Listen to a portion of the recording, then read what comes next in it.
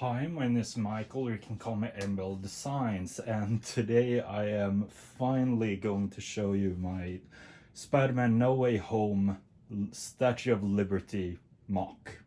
So this is something I've been working on ever since the movie first came out. There were rumors about a set coming with all of the spoiler characters, so all of the villains, and most importantly, the three Spider-Man. But that set never came. There's still rumors that one will come this year. But I could not wait, and I did something I have never done before, which is buy custom figures. So this set actually includes several custom figures and also custom printed parts from Firestar Toys, which has made some amazing looking figures based on Spider-Man No Way Home. So this is basically just a tribute for the movie and my love for Spider-Man, because if you guys don't know, this is my only tattoo I have at the moment. This was made as a tribute for Stan Lee and Steve Ditko's passing several years ago, and I just love Spider-Man, and this movie really means a lot to, I think, a lot of Spider-Man fans overall, especially those who grew up with both Tobey Maguire's, Andrew Garfield's, and Tom Holland's interpretations of the character. But this time, this is a bit of a different mock showcase for this time, actually, because this rarely fits into my studio setup or whatever you call it. So I'm actually going to go handheld for this one, which is a bit different, and I'm sorry for the shakiness of it all. But yeah, this is the overall mock at its core, and something I decided on pretty early was that the Statue of Liberty is supposed to be the main attraction about this mock. It's where the whole battle takes place, and it's also very iconic since they changed the Statue of Liberty back to its bronze color, so it's not the famous green color that it's mostly known for. So I made that in reddish brown, which was the best color I could see throughout the Lego library of colors, because there was enough pieces in the right colors and stuff like that. But you might recognize this figure because it's actually Hermione Granger and the Harry Potter Bilbo figure, basically, except for the head and the legs. So the torso is basically just the same on the inside. The outside is just brown pieces, basically. The arms are a bit different because some of the bracket pieces does not exist in reddish brown, and also some of them, like wedge pieces like this one, is different from the Hermione and Harry Potter figures. But except for that, it's basically just the same thing. But I did also change some of the techniques for actually holding up the arms. So on the inside of the Hermione and Harry figures, there's a setup of gears that actually gives the arms friction, so it doesn't just drop down and stuff like that. But with this one, since the Statue of Liberty is both holding the shield, the torch, and the other hand is holding the tablet, I needed the arms to be a bit stronger. So the gear on this side is completely stiff, so you can't move it at all. And the one on the other side is not stiff at all, you can't move it. But I do have a piece on the other side.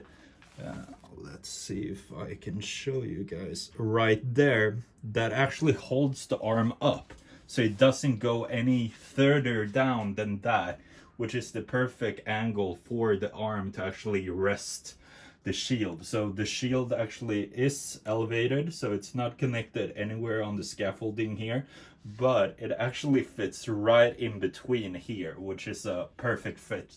And it wasn't something I actually planned about, which was a happy coincidence.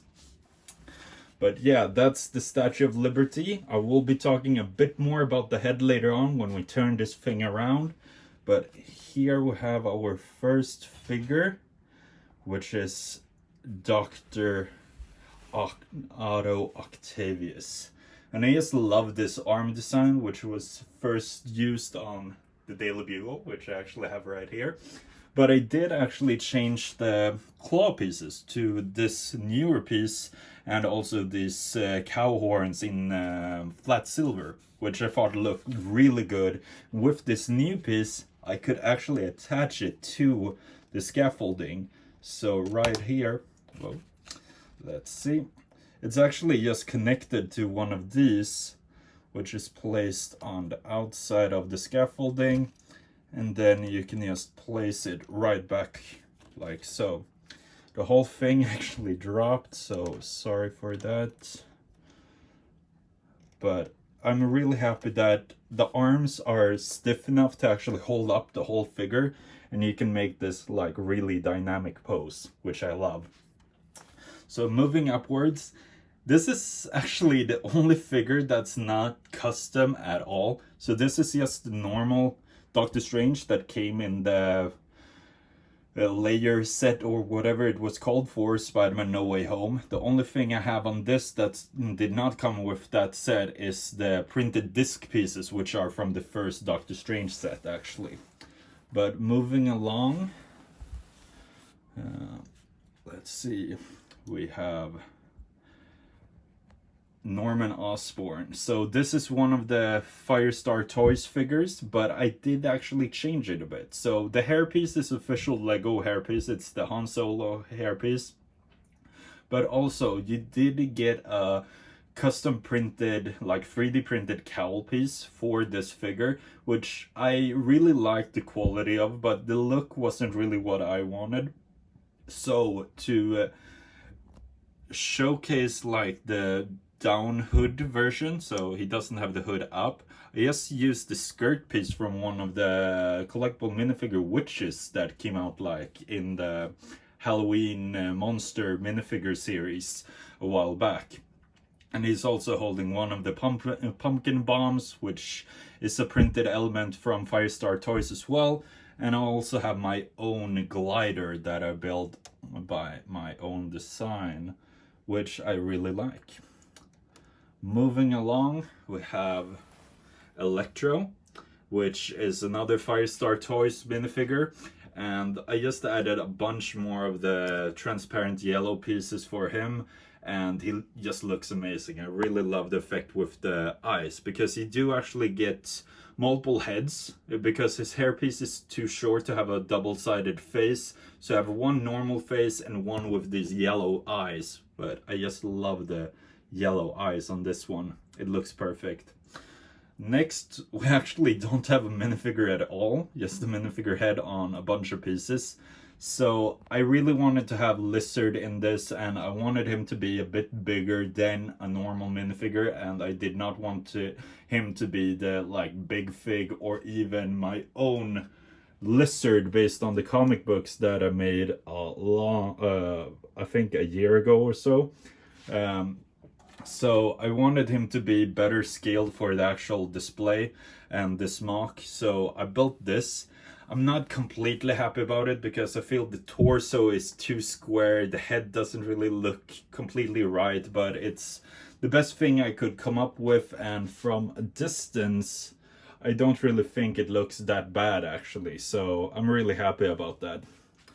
But moving down, I was actually misspoken before. I do actually have one other figure that's not custom, and that's the MJ minifigure over there, which just reuses a bunch of pieces from other characters. Like all of those pieces have come on other characters. I think the torso is like Ron Weasley from the Harry Potter minifigure series, or one of the minifigure series at least. But she's actually holding something that I made myself, which is I just took a Minecraft figurehead and erased with just eraser all of the printing from it to make it the cube, or the the cube that Doctor Strange gives to Peter to send everybody back and stuff like that. I wish like they would use this piece with printing on it to actually replicate that for the like rumored set that's hopefully coming out, because this piece is the perfect size and you can print on all 5 sides of it, and yeah, it's just amazing. So I really hope that Lego does something like this. But MJ is quite a simple figure, nothing too special, but really like it. But then we do have Ned, which actually uses a printed torso from Firestar Toys. So they made this torso specifically for Ned, so it's his Letterman jacket from the movie, and it looks really great. And you have the backside as well, really great. And he's also holding his sling ring, which is just one of these golden attachment pieces that minifigure can hold. And then we have the portal back there as well. But moving everything to the side and then going over my custom built Sandman. So it's basically similar to the Harry and Hermione figures, but just a smaller scale, and it's a bit bigger than like the Giant Man from the Civil War set, for example. So it's a bit bigger than those different figures Lego has made, because I really wanted to capture the size of Sandman in this scene. But also the legs are supposed to be replicating this Lego piece, basically, that Sandman has used throughout different sets over the years. And I think I replicated that pretty well, in my opinion. And you can also see the backside, but the backside of the actual figure is a bit plain compared to the front, because you're not really supposed to see it from the back, in my opinion. But moving everything back to where it was and giving you guys just a bit of an overview. It's a bit cramped, as I said, with my setup, and hope you can endure, but I'm really loving this so far, and I'm just really happy about the whole process of it. I've posted a lot of behind the scenes on my Instagram, but now to get to the thing I really love the most about this whole thing is taking off Lizard and Electro. We have Spider-Man, and Spider-Man, and they are absolutely amazing on the Statue of Liberty head. So actually taking this whole thing off for just a moment, I'm actually going to show you guys in a bit more detail and talk to you a bit more about this actual head. So I basically took the bare bones of the Hermione head and like the neck right here, but then I just custom built everything onto it and made places for the 3 Spider-Man to actually be attached using these trans-clear pieces, so they can resemble as close as possible with minifigures the poses that they actually had on the Statue of Liberty in the movie. But I really love this, and this actually just works as a display on its own, just like so. And this is something I will be offer instructions for, and you can find more details in the description and also on my Instagram on how to get these instructions and how much they cost and stuff like that. And the instructions will basically just go for, it's a PDF instructions for just the head of the Statue of Liberty, since the rest of the Statue of Liberty is just a copy of the Hermione figure.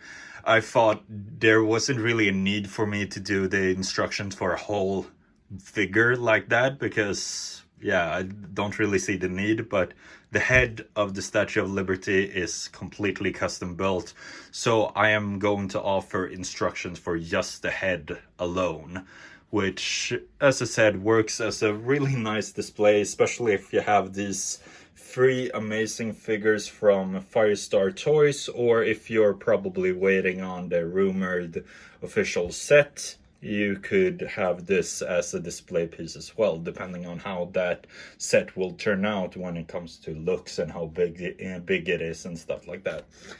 But yeah, I'm going to place everything back and give you just the last overall view of it.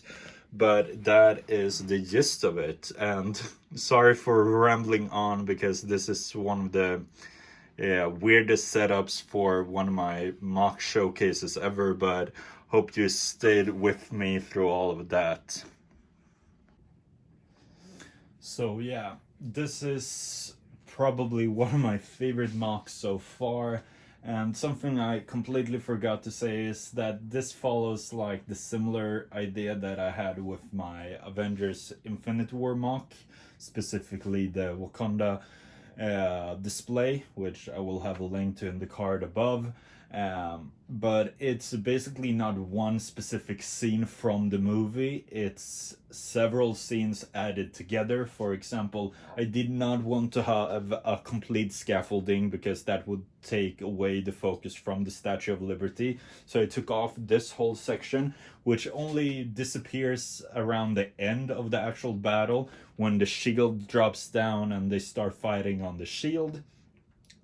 And I also wanted to have all of the characters present, so we have Dr. Otto Octavius climbing up, which also happens later on, and same with Norman Osborn on the top. They only appear later on in the scene, but I still wanted them there. Same with Doctor Strange standing on the lantern. That also happens later on. So I just wanted to capture different scenes, and also like the construction arm right here falling, that happens a bit like mid through the scene. And I also forgot to mention that the base of this is supposed to simulate like the dust cloud that builds around the base of the Statue of Liberty. So in universe there would be like a huge section just underneath this with the actual base of the Statue of Liberty. But I did not really want to build that, because that would just add a lot of height to an already very tall model. Like, for example, like this is a minifigure, like it's pretty huge so far. So I'm really happy with the final result. And if any of you are interested in like the instructions for the Statue of Liberty head, that will be available on my Instagram, and also some information in the description as well. And yeah, that is pretty much it. And sorry for rambling just a bunch, but this is the weirdest setup I have for a mock showcase thus far. So I'm really happy if you all stuck through this, and please tell me what you think about this model down in the comments. And if anything else, have a great day. Please rate, comment, and subscribe if you want to see more, and I will see you guys in another video. Thank you for watching.